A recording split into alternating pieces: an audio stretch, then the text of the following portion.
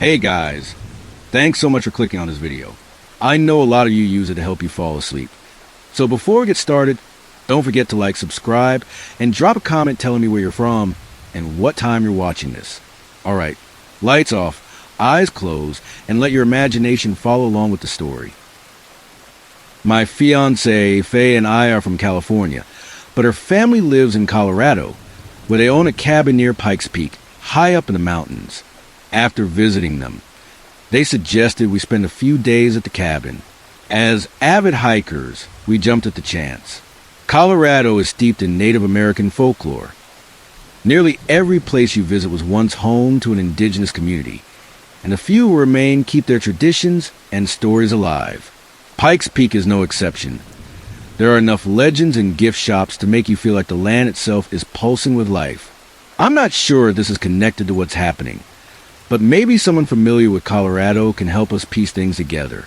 We're currently at the cabin on day 4, planning to leave today, but things have gotten incredibly strange, and it looks like we'll be stuck here longer than expected. We have enough food to last a winter, and the heater is working perfectly, but the Wi-Fi is spotty at best, and cell reception is practically non-existent.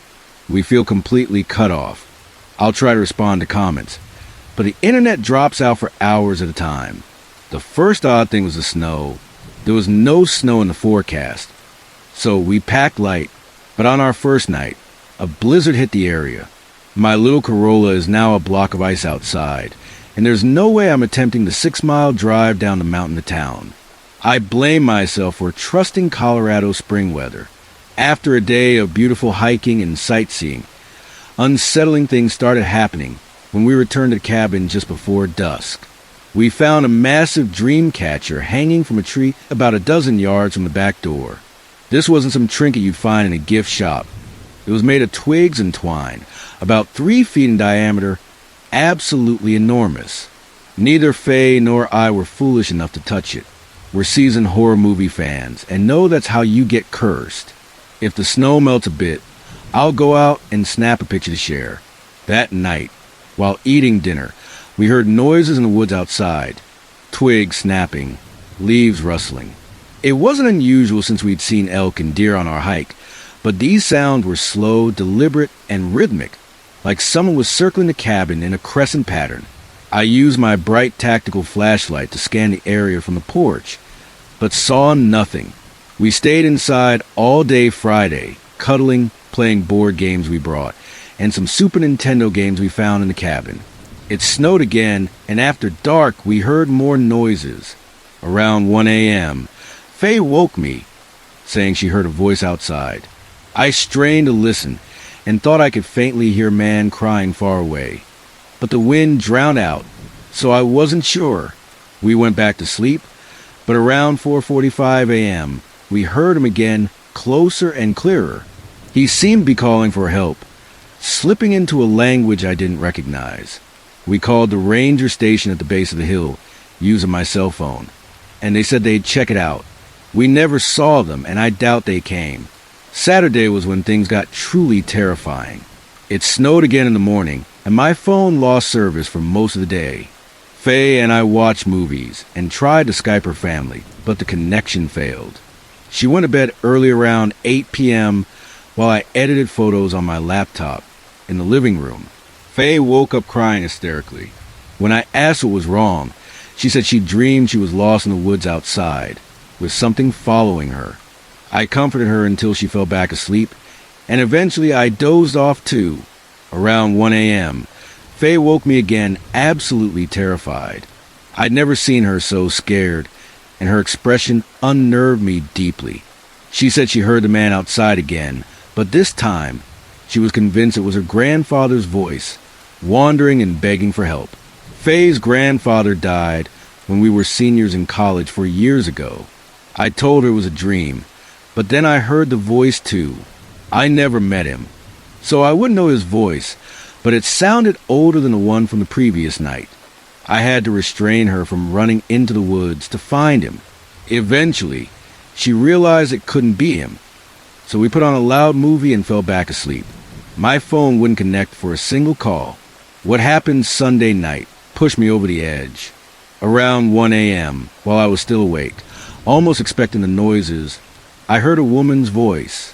Thankfully, it was distant enough not to wake Faye.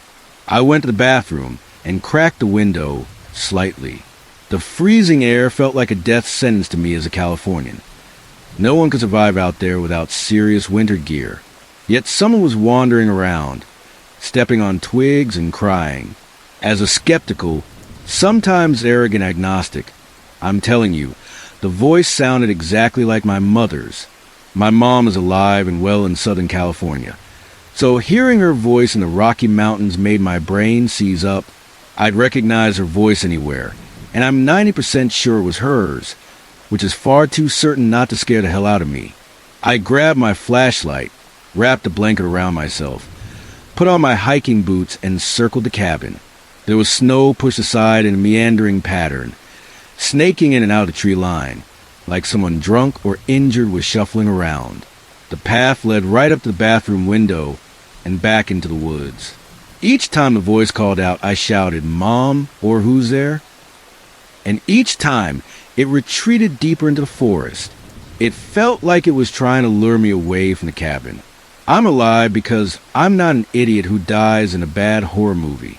I went back inside, locked everything down, and since I couldn't call the ranger station, I'm posting this instead. I'll keep you updated. Edit, Monday. We got hold of Faye's dad.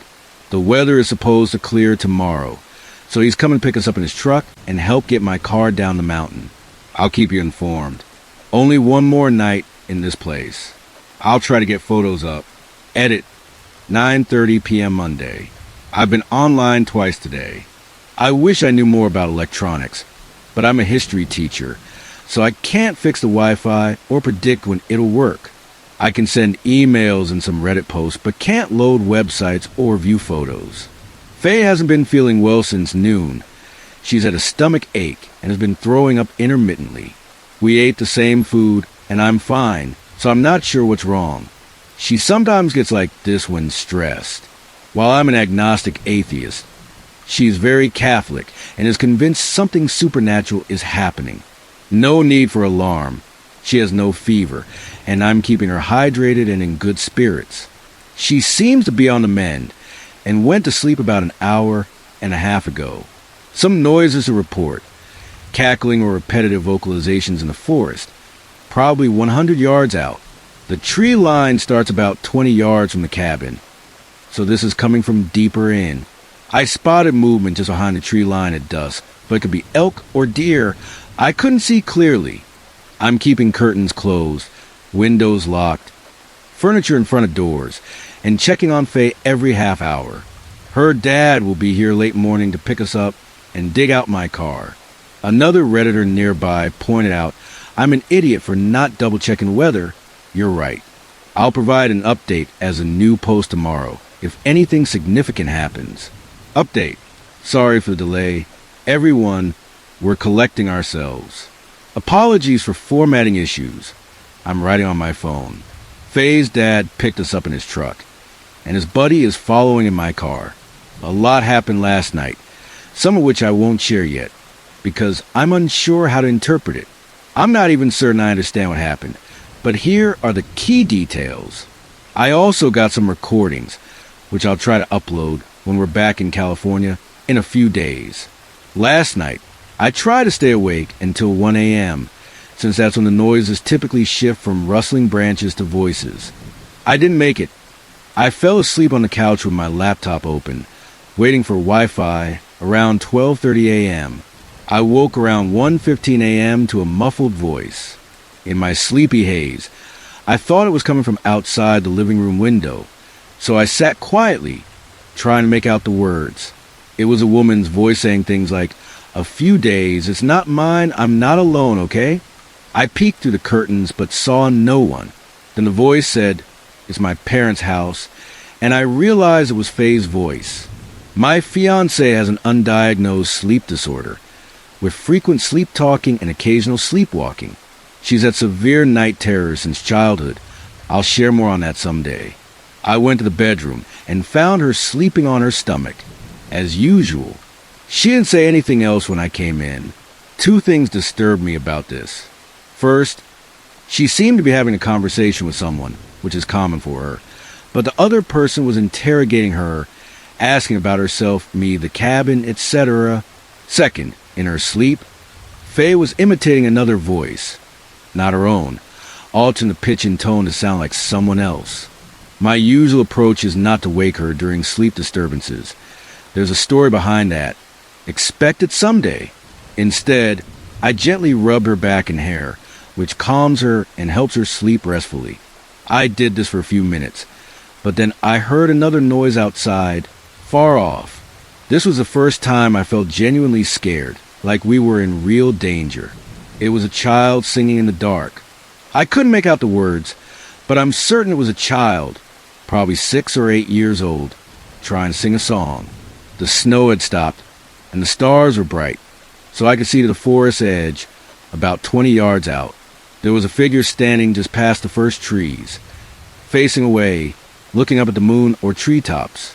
It was so still that I convinced myself it was a stump, and within minutes, it was gone. My skeptical side says my eyes were playing tricks. When I turned around, Faye was sitting upright in bed, eyes closed. She does this often in her sleep. She craned her neck and said, "Don't let them in," or "Don't let them inside," still using that strange voice. I woke her up. We sat in the bedroom with the lights on, discussing what to do. I tried to email her parents, but the internet was down. We agreed to stay in the same room and try to sleep. At one point, I got up for water, and through the kitchen window, I saw flashes of pale light, not like a flashlight, but like a lantern being slowly turned on and off. I flicked on the porch lights to deter anyone, but as I walked back to bedroom, I saw a person silhouette to the living room window curtain, press against the glass, hands on it, try and peer inside. It was dark inside and bright outside, so the outline was clear. I shouted and approached, but they ran off before I opened the curtain. Faye slept soundly, but I kept hearing different voices outside, on and off, until dawn. I wrote several down. I couldn't sleep, so I stayed in the living room, keeping the bedroom door open to hear Faye if she talked again. The voices would stop for hours, then start again. At one point, I fell asleep and was woken by the sound of a light switch flicking on and off. From the couch, I saw the outside light going on and off in patterns of 5. I can't explain why this unnerved me so much, but I imagined some horrible creature in the house, flipping the switch and smiling. My first instinct was to check on Faye, and I nearly had a heart attack when she wasn't in bed. I called her name, pacing the house, looking out windows to see if she was outside. Through the kitchen window, I saw her sitting on my car's hood, about 30 feet away in the driveway, staring into the forest, rigid-like when she sits up in bed. Faye has sleepwalked at home in California. Kitchen, hallway, living room, but never outside. I shouted her name, but the second I did, she jumped off the car and sprinted into the woods at full speed, never looking back. I was freaking out, screaming her name, scrambling for my boots to chase her.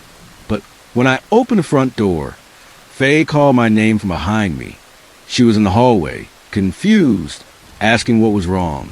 She'd been in the bathroom, which I'd forgotten to check in my panic. I looked at the car and forest, and my first thought was, "You clever bastard." We stayed up until dawn, writing down the voices we heard, which faded as time passed. I'll try to upload the recordings in a few days. Here's a list of voices from last night, and some from previous nights, recalled from memory. I figured you want to know what was said during this lovely cabin experience. I'll return to Colorado, but screw Pikes Peak. Here's what we heard. Man's voice, vaguely familiar, couldn't place it over several nights. Hello, oh God, look at it, look. Hello, desperate. Don't, they see in the dark, wailed dramatically. I'm lost.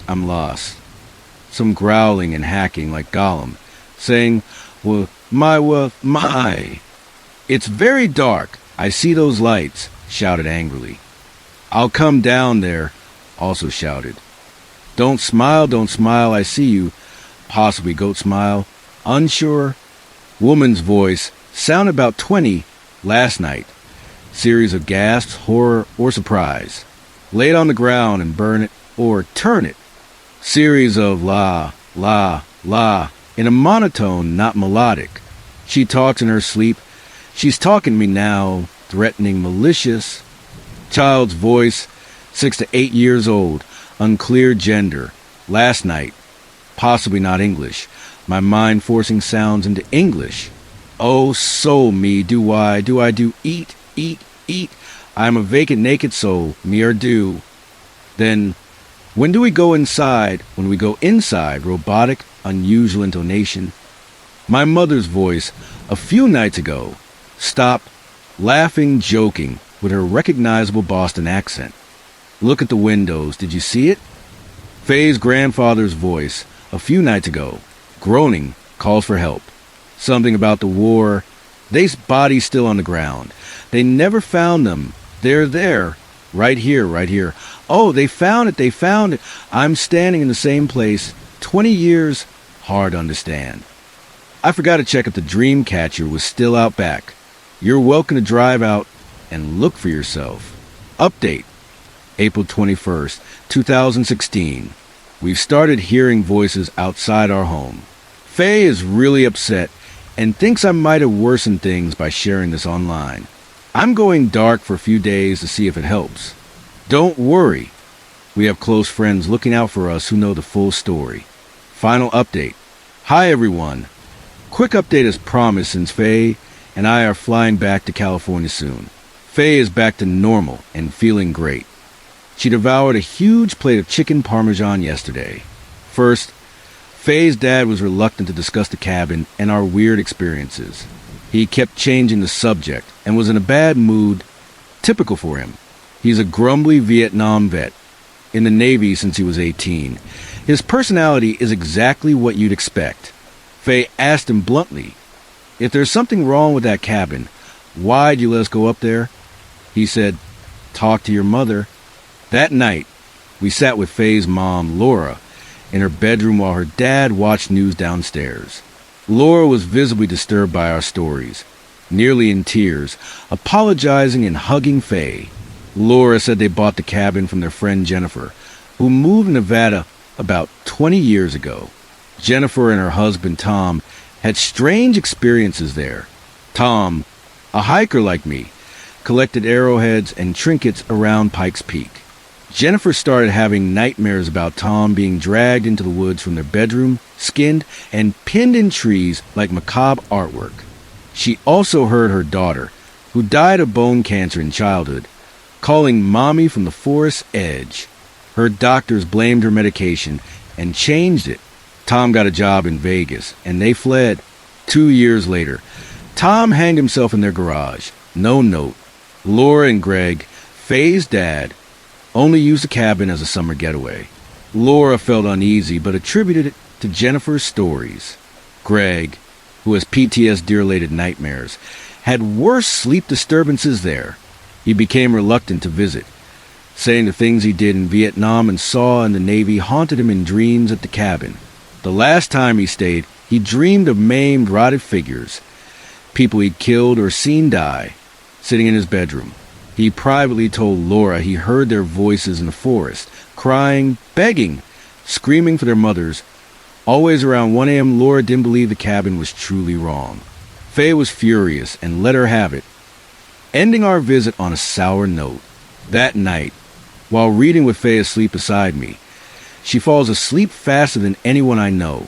She started mumbling. I listened and heard, never, never, never. No, I wouldn't. On the mountain. I can't. Why his name?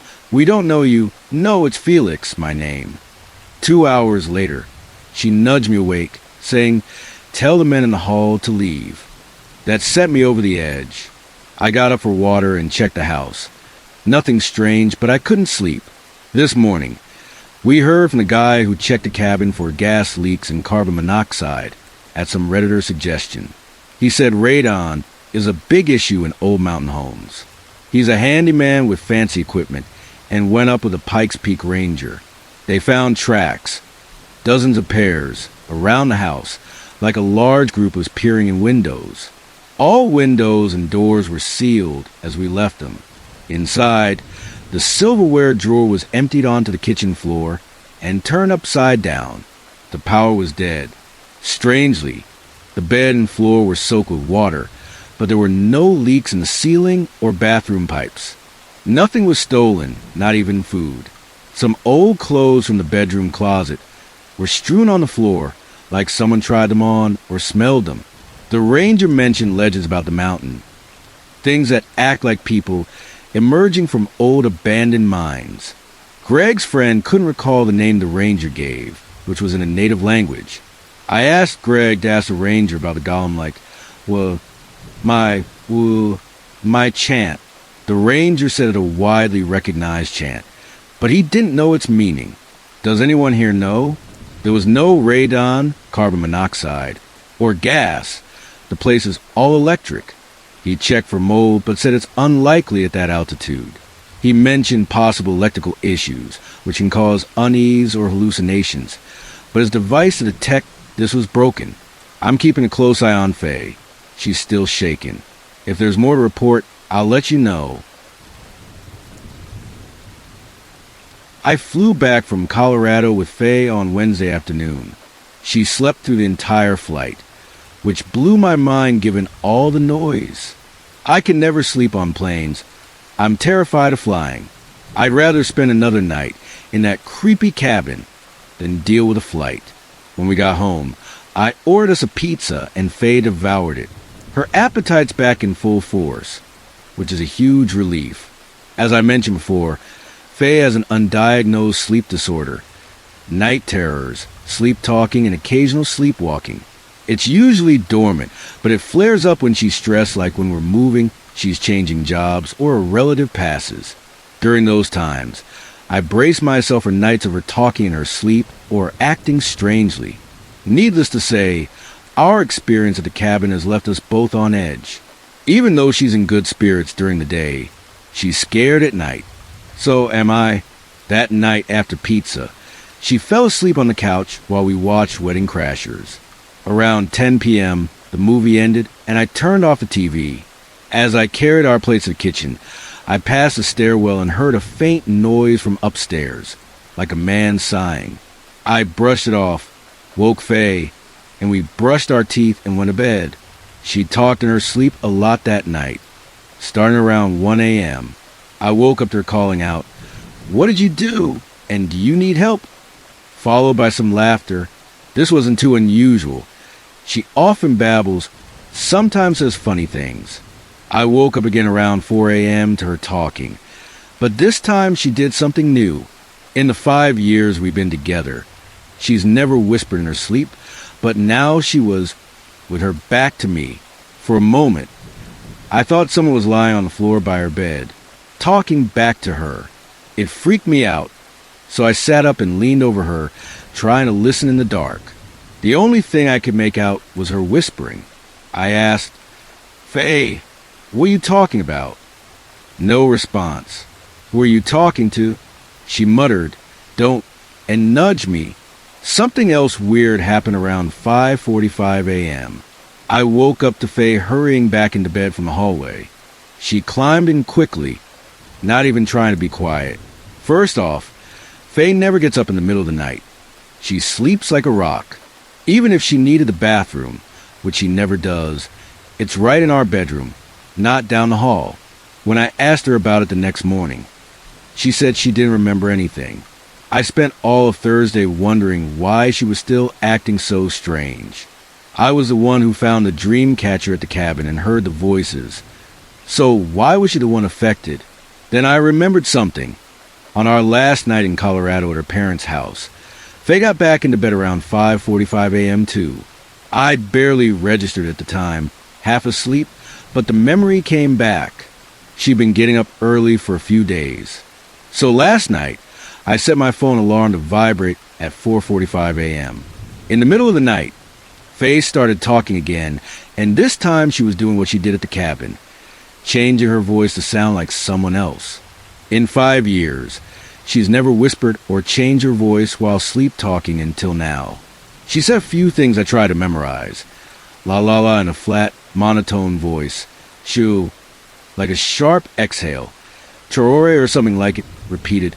He's still in the trees. Where were you? I looked for you. And, oh, it's time. Around the same time, I heard a noise outside, like an old man grumbling. We live in a woodsy town in Northern California, and our bedroom window faces a street lined with trees. It was dark, but I'm pretty sure I saw a man walking behind the first row of trees. He was too far to be the one grumbling, but it's weird. I've never seen anyone out there at night. Looking out the window, I opened the curtains, letting moonlight flood the room. When I turned back, Faye was lying there, her neck craned toward me, eyes wide open, staring at me with her mouth agape. She let out a long, guttural groan, her tongue flicking around like she was having a slow-motion seizure or something. She's opened her eyes while sleeping before, but never like this. She looked deranged, like a killer. I got so scared I shouted her name and woke her up. She was confused and asked why I was at the window. I lied and said I was closing it because it was cold. I didn't want to tell her I'd heard a voice. We talked a bit, but I'll skip that since this is getting long. My alarm went off at 4:45 a.m., and I lay there, waiting to see if Faye would get up like she had the past few nights. She breathes rhythmically when she sleeps, so I can tell how deeply she's out. Around 5:20, she sat straight up, swung her legs off the bed, and tiptoed down the hall. I followed. When I say tiptoed, I don't mean like a kid sneaking around. It was robotic, unnatural, like a meth-addled ballerina zombie. She stopped at the stairwell, her breathing steady, and did some bizarre stuff. She touched her face slowly for minutes, then the banister, the wall, flicked the light switch on and off, all while breathing evenly. Then she extended her arm, curled her fingers like a bicep curl, wiggled them, and pulled her hand back to her face. She did this for about 4 minutes, and I realized she was signaling to someone downstairs, making a come hither motion. I leaned over the half wall overlooking the living room, but it was pitch black except for the cable box clock. Faye stood there, waving, smiling, gesturing, touching her face, and tugging her hair. I gently guided her back to bed, speaking softly to avoid waking her. She didn't resist and went back to sleep without a word. I have no idea what's going on. I told her this morning what she did, and we have a doctor's appointment for her at 3 p.m. today. We saw our doctor yesterday and cautiously explained what's been happening, leaving out the paranormal stuff, so we wouldn't sound crazy. The doctor was concerned, ordered a blood test, gave Faye a physical, and asked about her diet, drugs, and medications. We don't drink, do drugs, or take meds. She wants Faye to see a psychiatrist next week and prescribed a sedative for nighttime and some anti-anxiety meds. She also suggested we get fresh air and get out of the house. So we're going hiking today. A Redditor, Pixie Dix, suggested the child's voice we heard outside the cabin, saying, "When do we go inside?" Might not mean inside the cabin, but inside Faye. That terrifies me because it fits her weird sleep behavior. I contacted the park ranger, who's sympathetic and plans to connect me with tribal members experienced in spiritual guidance. He's convinced we've attracted the attention of the ones who come out of the mines. More on that later. Some Redditors suggested I test if Faye is really herself. Against my better judgment, I took her to our favorite steakhouse last night. I always order the same thing: medium tri-tip, house mac and cheese, and a root beer. Faye always gets a barbecue chicken sandwich, mac and cheese, a salad with ranch, and a Coke. She's practically made of Coke. Last night, she took forever to decide and ordered a New York strip. I jokingly asked her to order for me, and she said, "I don't know what you want." She also ordered water instead of Coke, which is wild since we always bicker about her drinking too much soda. It was unsettling. Later, as we walked to the car, I kissed her temple and asked if she still liked me calling her Noodle. She said, "Of course." I've never called her Noodle. Her nickname is Monkey Toes. Long story. When we got home, she cracked open a Coke and got on Facebook, which is normal, so that threw me off. I've been thinking about the song the child sang outside the cabin. I've caught myself humming it daily. Oh, so me are due. I asked Faye if it meant anything to her, and sang it while she was on the couch. After a few repetitions, she went blank like she was hypnotized and swayed slightly for about 8 seconds before snapping out of it and saying, I don't remember that. Last night, things got worse. I haven't slept properly in over a week, and it's making me emotional and paranoid. Faye started murmuring in her sleep around 1 a.m., but I couldn't make out much. She sat up, pulled the sheets off her legs like she was getting up, but I grabbed her arm and asked what she was doing. She said, tell them to leave. Her eyes shut. I asked, who? Who needs to leave? She sat there for 2 minutes, silent, upright. I asked again, and she said, there's a man at the door. Then, 10 seconds later, and a woman at the bottom of the stairs. Every hair on my body stood up. I grabbed my buck knife, turned on every light, and checked the house. Nobody was there. I even looked in the backyard. When I got back to the stairwell, I heard stomping upstairs, and the hallway light was off. I stood at the bottom of the stairs, listening, but the noise stopped. I went back to bed, assuming Faye had gone to the bathroom or sleepwalked briefly. I fell asleep, but woke up minutes later. Faye was gone. I heard movement down the hall, and saw her coming out of the guest bedroom. She staggered toward me, stopped, turned, and walked back the other way, repeating this 7 or 8 times. She moved like the night before, high on her toes, legs rigid, arms limp, flopping side to side. It was terrifying, like she was a puppet being tested for the first time. At that moment, I heard a noise outside and ran to the window. From our bedroom, you can see the front entryway. About 30 yards out, someone was pacing in the same rigid way Faye was, humming, and occasionally singing the same song from cabin. I made a YouTube video explaining what happened. I woke Faye, brought her downstairs, and opened the front door to look for the man, but he was gone. Today, at Redditor's urging, I asked Faye if she'd been to the cabin before our trip. I hadn't thought to ask earlier, and she didn't mention anything while we were there. She hesitated, then said she'd gone once when she was 14, snowshoeing with her parents. Later, I emailed her mom, who said they'd gone multiple times when Faye was a child but stopped in high school. I don't know who's lying. Since people have questions for Faye, she's agreed to a filmed interview. Post your questions, and I'll record her answers and share them in a few days. I haven't told Faye, but I'm considering returning to the cabin with the ranger. He wants to perform a ritual with the dream catcher we found. If it's still there, and bring friends to cleanse the house and area. It'll cost me $500 to fly out, but if this gets worse, it might be worth it. A Redditor messaged me to check the guest room.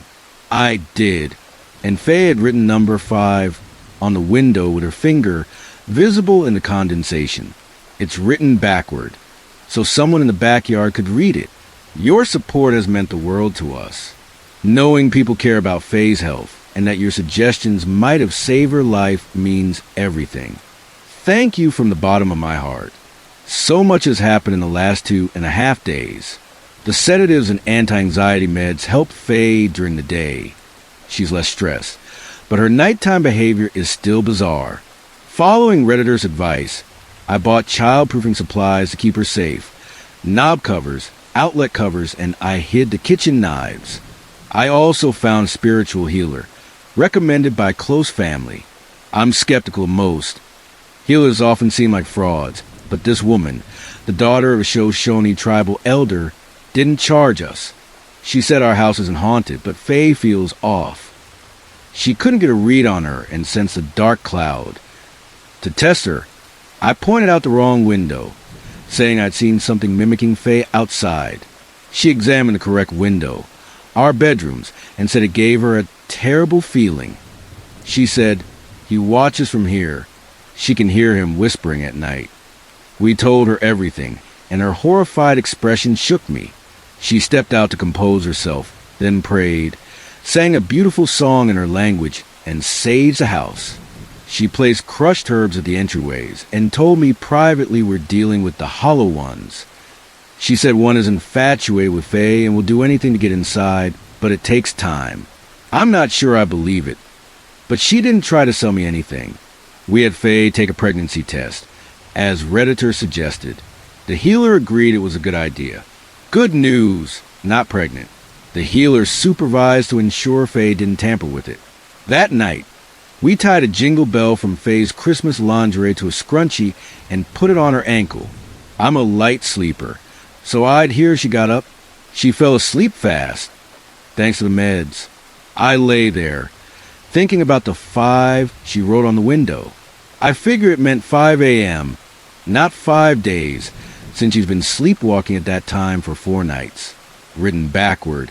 It seemed like a signal to something outside. I fell asleep and had a horrifying dream.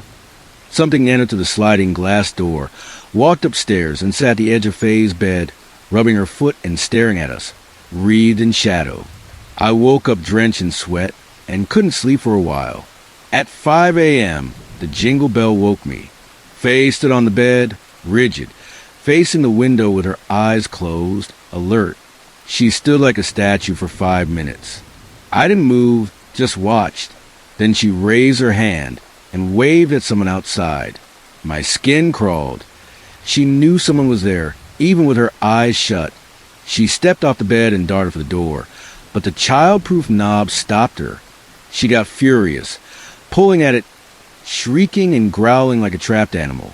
After 30 seconds, she woke herself up, crying, saying she dreamed of a faceless man whispering her name, searching for her. We talked for an hour and went back to sleep. At 10 a.m., I woke up and Faye was gone. The bedroom window was open, and every window in the house was open, despite it being 55 degrees. Faye said the sage smell made her nauseous, and she wanted fresh air. I couldn't smell anything. I suggested visiting a priest, she's Catholic, but she refused. So I had my devout Catholic friend, Kay, bring holy water and a crucifix. His priest reluctantly blessed the water and told us to call. Faye was annoyed I'd done this without asking, and stayed outside while Kay set up crosses around the house. She refused holy water, saying, "I'm freezing, don't you dare." She'll be furious when she finds out I put it in her shampoo and conditioner bottles. She was in a foul mood all morning, but felt better after lunch and agreed to film the Reddit interview. I noticed she wasn't wearing her engagement ring and hadn't been for days. She said it was in our luggage, but when I checked, it wasn't. I'm worried. I started transferring cabin photos to my laptop, but can't bring myself to listen to the voice recordings yet. At 1 a.m., I got up to pee and knocked the bell scrunchie off the bed. Faye had taken off and was gone. I was angry and scared. I found her on the stairs, arms spread like she was beckoning a child to climb up, smiling with her eyes closed. I gently brought her back to bed.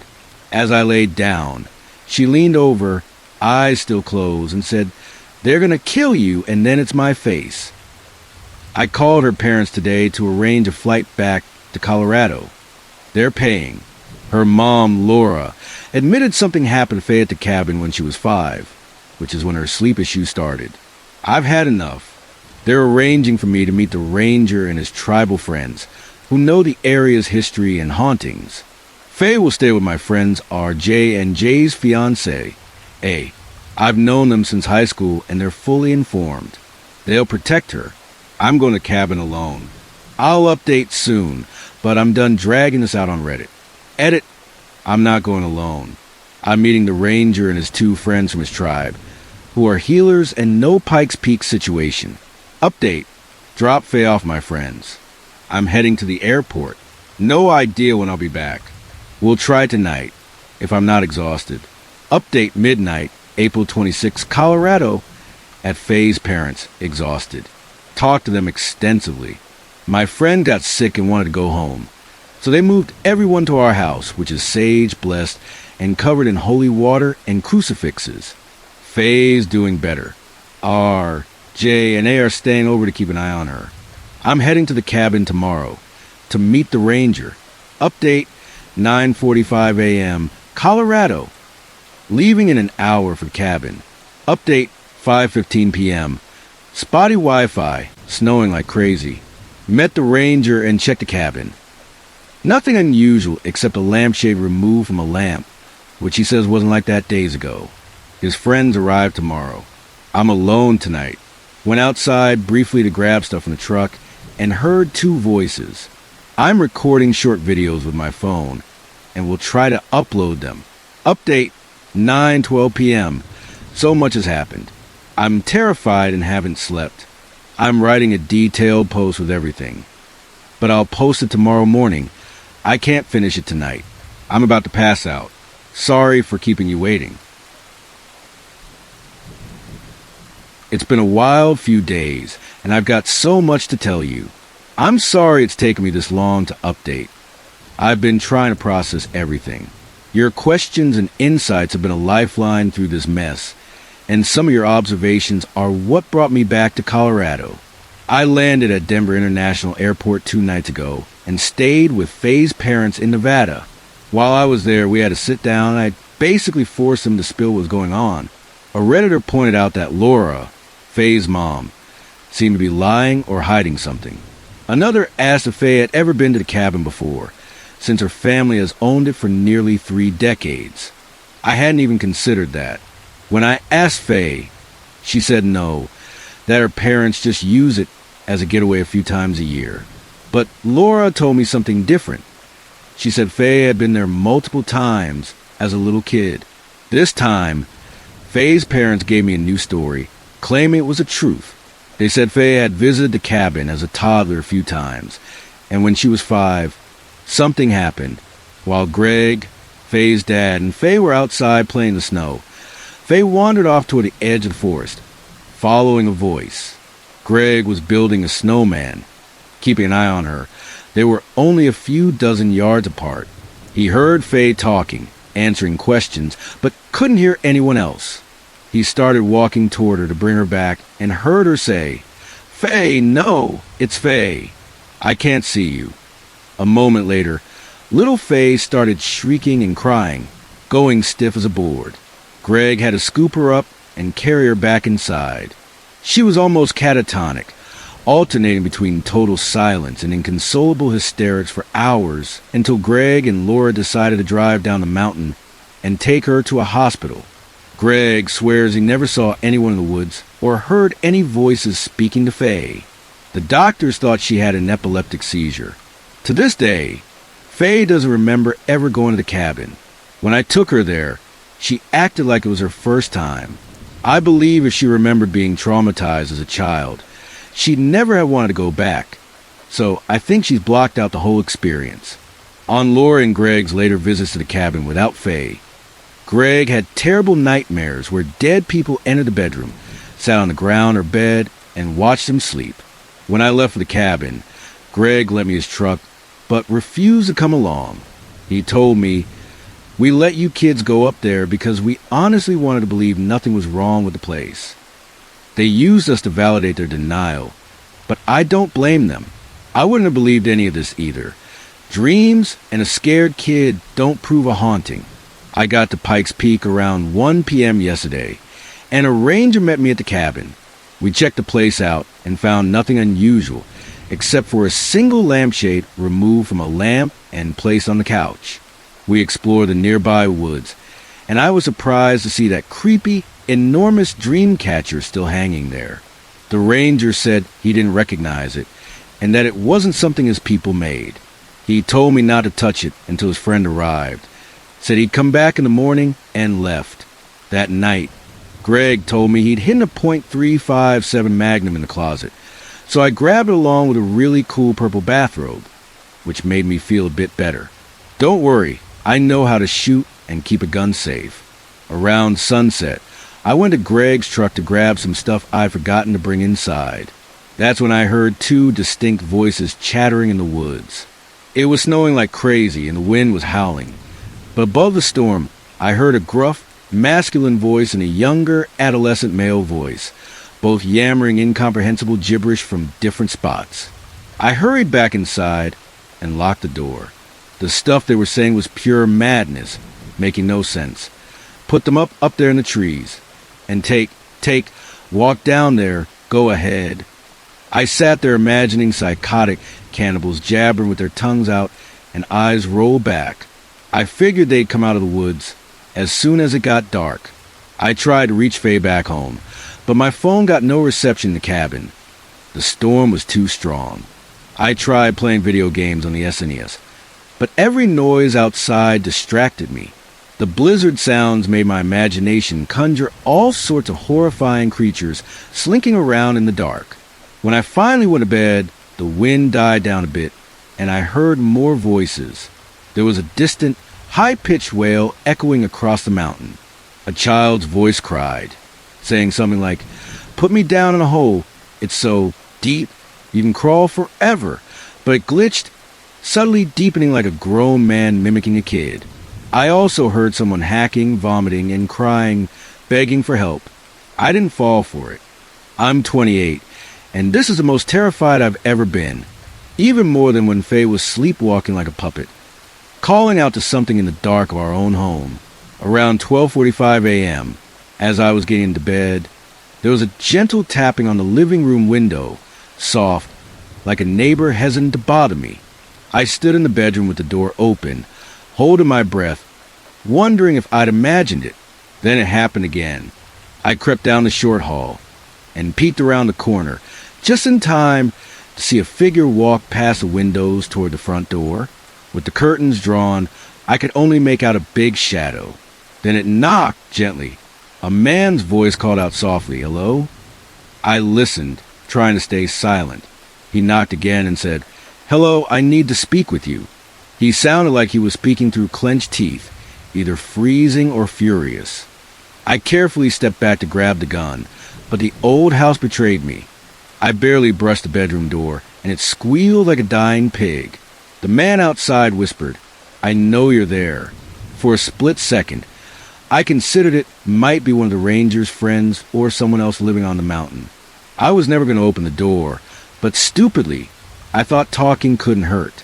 The moment I spoke, I stopped believing it was human. I said, "Who the hell is it?" as assertively as I could. The second I stopped, it repeated my question in my voice, almost like an echo. Then it said, "May I come in, please?" Its voice was shaky but unerringly similar to mine, though I could hear the clenched teeth. I pointed the gun at the door.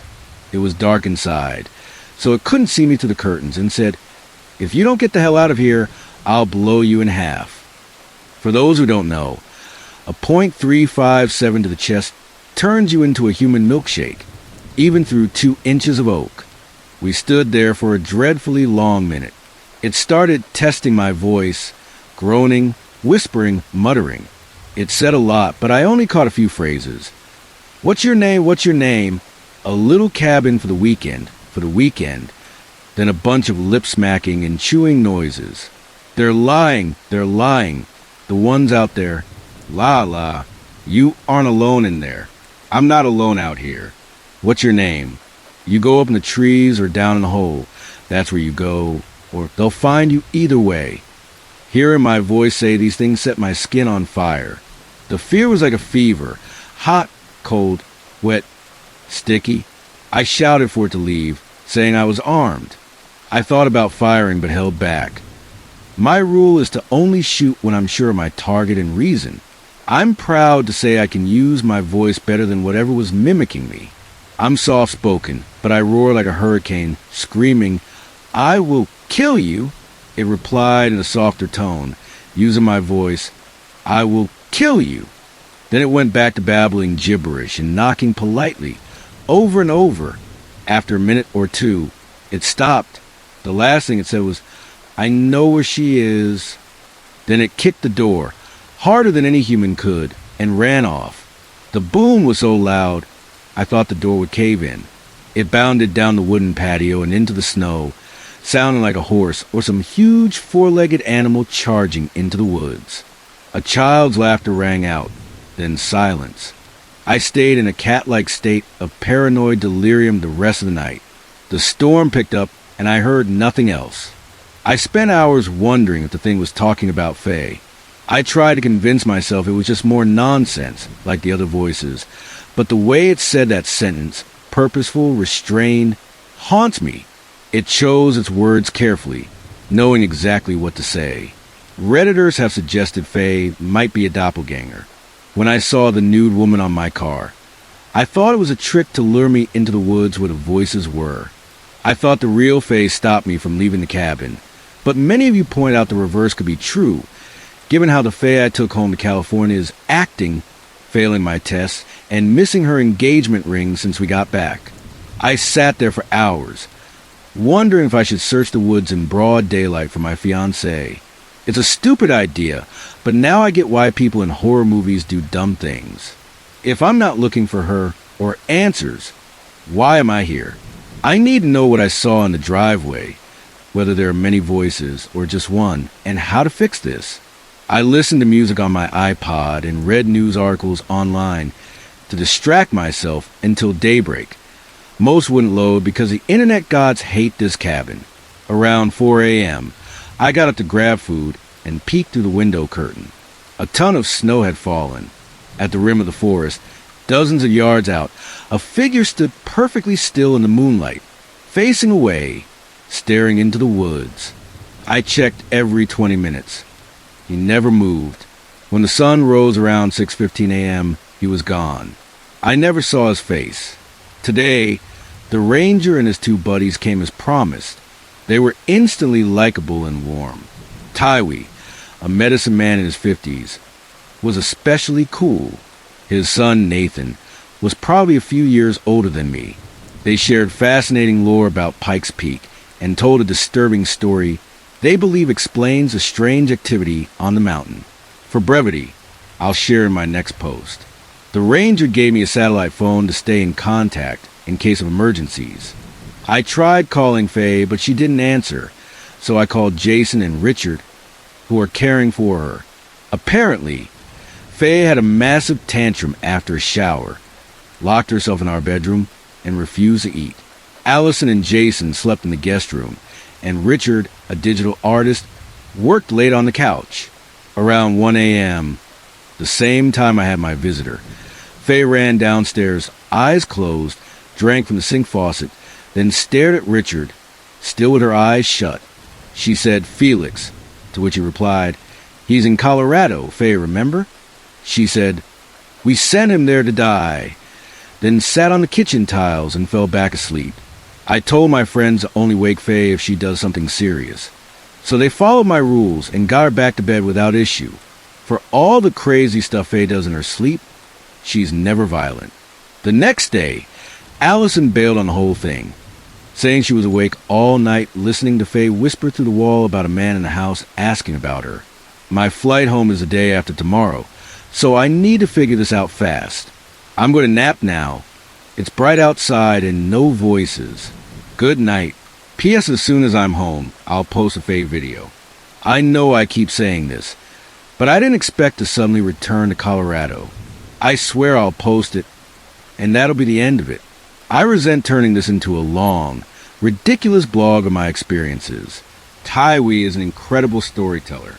He explained that Pikes Peak and surrounding area were home to the Ute, Navajo, Arapaho, Pueblo, Anasazi, and other Native American groups at various times. During the 1860s gold rush, many were violently displaced by mining operations, torn from their sacred lands, which was catastrophic to their cultures. Taiwi stressed that Americans historically haven't grasped the importance of land and names to Native Americans, which is key to understanding the supernatural presence here. Major world religions like Christianity, Hinduism, or Islam are universal. You can practice them anywhere, from Kentucky to Istanbul, and your God still hears you. But Native American religions are land-based. The land is part of their creation stories. They don't own the land. They belong to it in a symbiotic relationship. History is embedded in the landscape. A river's mouth, a fallen tree, a battle site, or a chief's death carries a story. When a tribe is forced out, they lose their history and spiritual connection to their ancestors, gods, and medicines. Their magic fades, and as sacred names and wisdom are forgotten, their spiritual power evaporates. Tywee said that when Pike's Peak was taken, a group of disgruntled Utes attacked and slaughtered miners. Due to alliances and peace treaties, they were punished by another tribe, who dug holes, slit their throats, and buried them upside down with their legs sticking out for wolves to feast on their calves. That was supposed to be the end, but then the legend says these dead Utes rose from the tainted ground one night, with their flesh flayed from the hips down. They looked like walking skeletons. They hobbled into Arapaho camps, took women and children, and forced them into a mine, never to leave. Hauntings of women and children have been reported on the mountain for over a century. The Utes and Arapaho engage in blood feuds, sometimes called morning wars, for years, exchanging curses, executions, and torture, staining Pike's Peak with rivers of blood. I sat there with a ranger, while Tywee and Nathan blessed the cabin. They burned sage and tobacco inside and out, dusted their hands with crushed herbs, and made handprints on every window.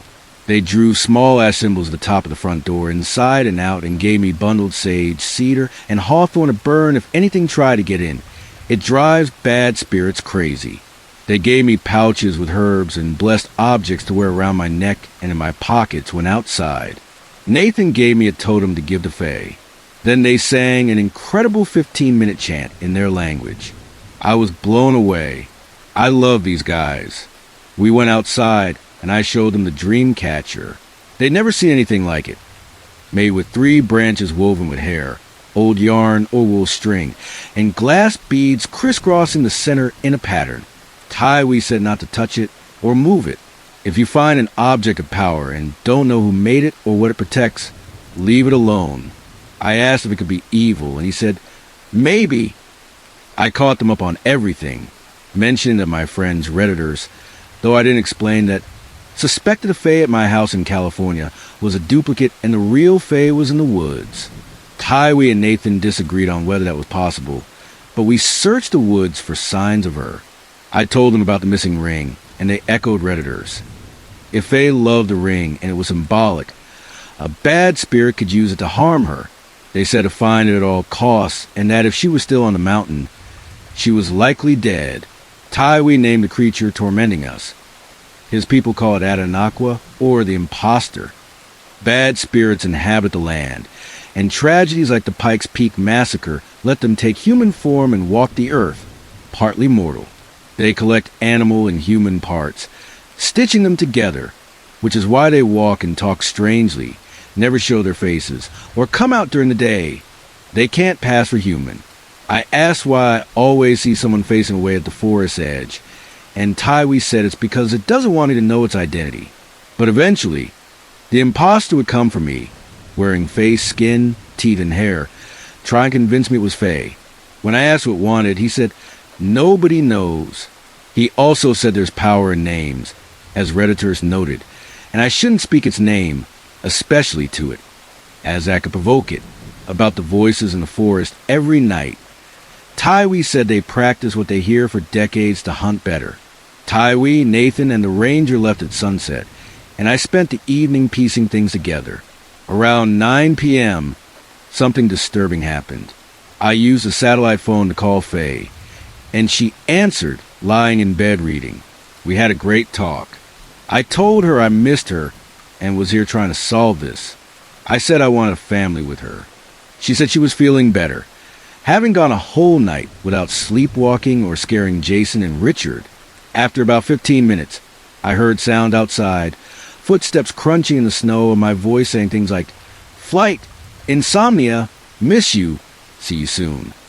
The thing was near the window, mimicking my conversation with Faye. I told her I'd call back and hung up, going silent. It walked around the cabin, mumbling, tried to figure out if I'd moved. Finally, it knocked on the door, gently like last night. I was less scared because of Tywee's blessings, but held the gun just in case. It spoke in my voice, saying, "The hole will fill with snow and blood." That spiked my fear. Every hair on my neck stood up. It's like my vision turned hyper-real, like a video game where everything looks slightly off. It knocked again and said, "Hello, may I come in?" I said, "No, leave." It knocked for another 30 seconds, saying, What is your name? Hello.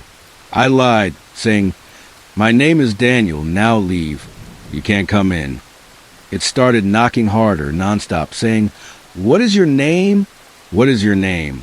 It threw in random phrases like, ticket, ticket, rental car, the hole, down the hole. What is your name? May I know your name? Then I had an idea. I'm good with fake accents, and my first language was German. My dad immigrated to Boston and met my mom there. I started speaking in a thick German accent, talking about my day, then shouting in German, reciting a poem by Hermann Hesse, Auf der Terrasse. It went silent, just listening. Then I shouted in a British accent, reciting lines from V for Vendetta, my favorite film. I said, thank you, in every language I know. It stammered, trying to mimic me but failing. I was no longer speaking in a recognizable pattern. Eventually, it started growling, like the sounds Faye and I heard in the forest our first night. It pounded and scratched the door. I grabbed the sage bundle, lit it, and waved it around the doorframe. I don't know if it smelled it, but it stomped off the porch, growling, and vanished into the night. I ran to the window, but only saw a dark, amorphous form disappearing into the trees. I think I figured some things out. This entity is mimicking me to convince Faye it's me. It's rehearsing my voice, whispering to her in her dreams, trying to get her to let it into our house. It wants to convince her I'm the imposter. The voices go crazy at night and get closer to the cabin to deprive me of sleep, making me weaker and more likely to make mistakes. I'm still trying to understand how it controls Faye like a puppet in her sleep. I know what I saw. A man outside our house, walking the same creepy way Faye was sleepwalking at the same time. I'm also considering that I might have already screwed up. When I went outside that first night at the cabin with Faye to check the voices, I left the door unlocked. A Redditor said that might have been when Faye was replaced. I don't know what to think, but for now, I'm going to sleep. Update, April 30th. Well, I found a ring. The morning after I spoke with my fiancée, Faye, on the satellite phone, and then was visited by the thing that mimics our voices, I got a call from Richard and Jason. In case you don't recall, they're my two best friends, staying at my place and looking after Faye while I'm away. They're the only people I truly trust. Richard stays up late and sleeps in, much like I'm doing now, for two reasons: to work on his art commissions and to ensure Faye doesn't go on a rampage, stabbing everyone and burning the house down in her sleep. The guys report that she's acting fairly normal during the day, feeling good, being productive, but at night, she's unpredictable and strange. It feels like her soul is being split in two, with her daytime and nighttime behaviors drifting further apart each day. Around 1 a.m. that night, Richard heard the voice of a young child mumbling incoherently. He's fully aware of the bizarre experiences plaguing Faye and me, so he immediately got up to investigate. He looked out the kitchen window, which faces the same part of the forest where I saw the man mimicking Faye's sleepwalking movements. Richard didn't see anything, so he circled the house and realized the sound was coming from our bedroom window. He went inside, woke Jason, and they stood outside the bedroom door listening. They heard the distinct sounds of a child whispering and softly singing. I bet you can guess the song. Oh, soul me I do, I'm a naked soul. It's the same song Faye and I heard outside the cabin on our second night, now sung in a child's voice. These guys are rip-climbing enthusiasts, and they said they've never been so creeped out in their lives. Jason knocked on the door and said, "Faye, who's in there?"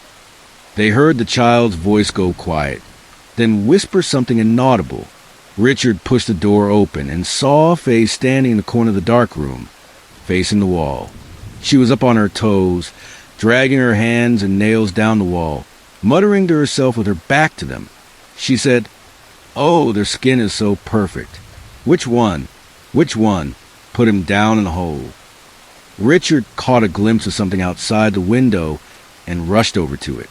Jason stepped into the room and reached out to touch Faye's shoulder, but she spun around quickly, covering her face with her hands. Her eyes were open, which is unusual for her sleepwalking episodes. Then, in Jason's exact words, she started speaking in the voice of a little kid.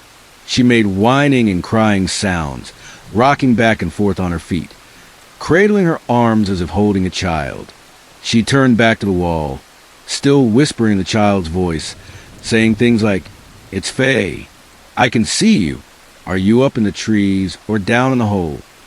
Then she started singing again. Richard bolted downstairs and out the front door, heading toward the tree line. From the window, he'd seen a small child walking on its tiptoes, flailing its arms in the air. On the phone, he told me he could hear it singing as he watched from the window. When Richard got about 20 yards away, the child took off, running on the balls of his feet straight into the trees. Richard chased after it, but it was too dark to follow, and he lost it after a few moments. He wandered around for a bit, searching, and then heard the voice of an adult male. He took a few steps deeper into the grove and saw a massive man standing about 30 feet away, completely naked, staring up into the trees. His body was covered in lacerations or dark pockmarks. Richard, who's about 6 feet 1 inch and 210 pounds of bulky muscle, said this guy was way bigger than him. The man stood perfectly still for several seconds, then started rolling his head, cracking his neck loudly, and making gurgling, mumbling sounds. Richard was paralyzed with fear, claiming he stood there for a full minute or more before running like hell back to the house. As he turned to flee, the man let out a long bellow, and his voice transformed. It became my voice. Richard said the thing in the woods called out in my voice several times as he ran, wailing, "Please help me. They're going to kill me tonight." Jason didn't hear or see anything out the window, only Richard sprinting back inside, ghost white with terror. Richard actually cried while they talked in the living room. Faye sat at the top of the stairs, awake, watching them with a faint smile. The next morning, they took her to her first ever psychiatric appointment, and I'm hoping to hear back on that soon. It kills me that I'm not there with her. I'm still stuck at Pikes Peak. It's like this place won't let me leave. The ranger station shut down the entire road network on the mountain due to a massive blizzard and avalanche warnings. My road out is completely iced over, and part of it collapsed in a mini avalanche. I'm in touch with the ranger, Greg, same name as Faye's dad, so I avoid using these updates. And he assures me they're working on clearing the roads every time the snow lets up. I miss my flight, but they gave me a voucher, so I can head to the airport whenever I'm able. I've got enough food to feed an army, and the electricity here is surprisingly reliable, so I'm warm. The Wi-Fi, though, drops out for 5 to 10 hours at a time. I've been playing Donkey Kong Country 2 and Secret of Mana on the SNES, and writing about my experiences here in my spare time. I also slipped on the icy porch steps and fell on my side, so I got a massive bruise that hurts like hell, but only when I breathe. So there's that. A Reddit user asked if the cabin had a basement, and I'd never thought to check. Under the snowpack, half covered with old chopped wood, I found a small locked door. The key was in the kitchen cupboard, and it turns out there's a decent size cellar under the house.